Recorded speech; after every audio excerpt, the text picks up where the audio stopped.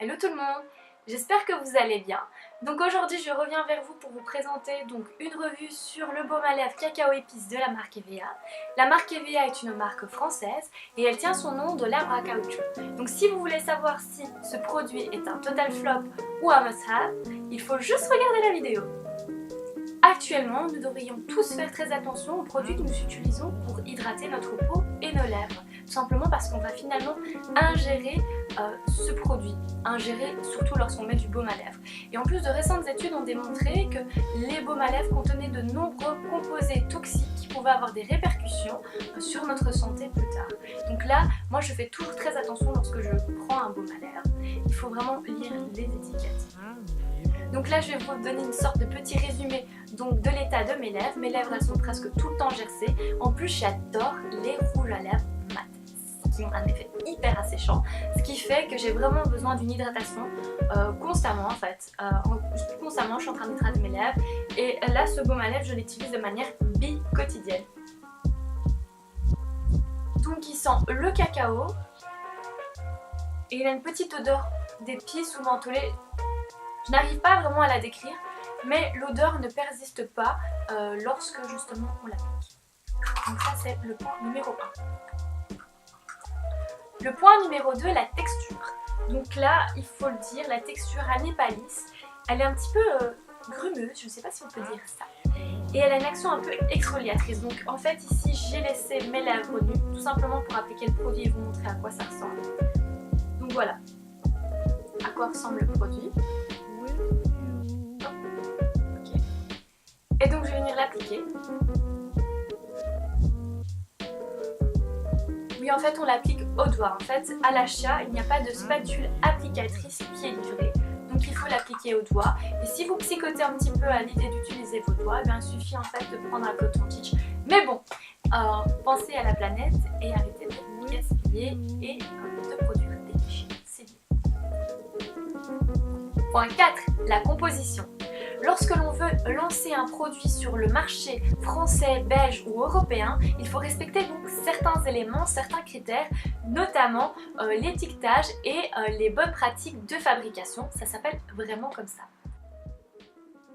Lorsque vous achetez un produit, par pitié, lisez la liste des ingrédients. Tout simplement parce que ça vous renseignera sur les ingrédients qui ont été utilisés pour ce produit, mais aussi parce que sachez que l'ordre d'apparition donc des ingrédients est en rapport avec leur concentration dans le produit.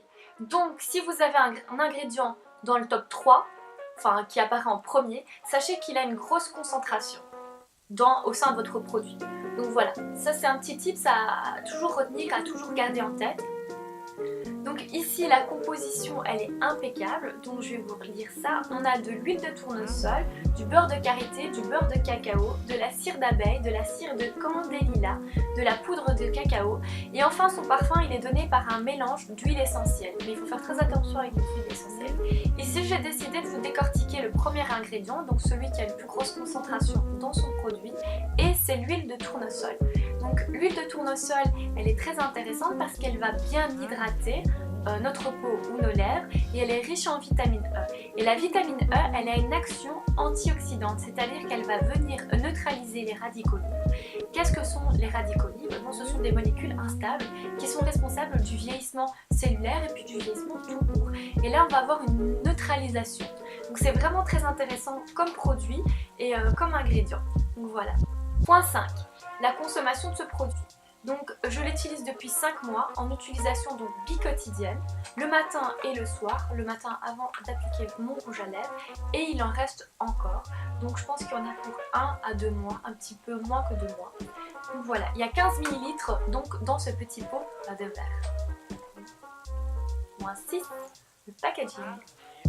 Lorsqu'on achète un produit, on est généralement sensible au packaging. Ici je ne l'étais pas puisque je l'ai pris sur internet, mais voilà. Donc il faut faire vraiment très attention et plus privilégier ce qu'il y a à l'intérieur qu'à l'extérieur, mais ici le packaging a son importance. Donc décryptage du packaging. Donc ici on a un petit pot en verre, donc teint en noir avec une étiquette justement blanchâtre allant un petit peu vers le brun. Sur cette étiquette on va avoir le nom de la marque, le nom du produit et les ingrédients. Donc Donc ce petit pot en verre c'est très intéressant tout simplement parce que c'est beaucoup plus fragile et c'est beaucoup plus cher que du plastique. Mais le pot en verre va mieux préserver les principes actifs donc, du produit. Donc c'est meilleur. Au niveau justement donc, des décryptages des couleurs, on a du noir. Le noir va rappeler, donc en marketing est utilisé pour symboliser l'élégance, le haut de gamme. Et ici on a cette étiquette blanche qui va un petit peu vers le brun. Ça c'est plus pour symboliser le savoir-faire, le traditionnel et la nature, la terre. Donc voilà, est-ce que ce packaging fonctionne sur moi et me livre ce message? Je trouve que oui. J'ai juste oublié une petite chose.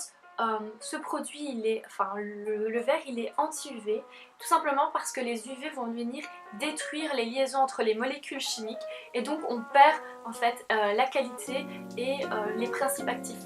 Donc voilà, on est ici dans une couleur teintée anti-UV pour la protection des principes actifs. C'est un peu la même chose que lorsque vous achetez des huiles essentielles ou des eaux florales.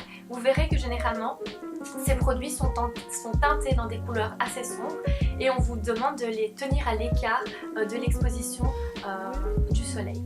Voilà. Point 7. Prix. Donc ces 15 ml, vous pouvez les trouver sur le site de la boutique en ligne d'EVA, mais également sur des sites de cosmétiques bio. Moi je l'ai acheté sur le site belge C'est Bio. On le trouve au prix de 13 €. Alors je suis d'accord, 13 € pour un baume à lèvres, c'est beaucoup. Mais il faut avoir une perspective à long terme. Moi je pars du principe que je l'ai utilisé pendant 5 mois, que je vais l'utiliser encore 1 à 2 mois. Ce qui fait que je paye entre 2 et 3 € pour ce baume à lèvres. Voilà, on ne part pas dans une sorte de consommation sur consommation. On prend un produit que l'on prend un peu plus cher et on va pas étaler les paiements, mais voilà, on va pas le racheter tout le temps. Et donc, in fine, qu'est-ce que je pense de ce produit? Eh bien, si vous avez besoin d'une hydratation moyenne, il conviendra. Par contre, si vous avez les lèvres extrêmement gercées et que vous utilisez beaucoup donc, de rouge à lèvres mat, eh bien, passez votre chemin. Et voilà, la vidéo se finit ici. Je vous remercie de l'avoir regardée. Si vous avez donc des conseils en termes de produits de beauté, surtout pour les baumes à lèvres et pour les lèvres gercées, n'hésitez pas à les partager.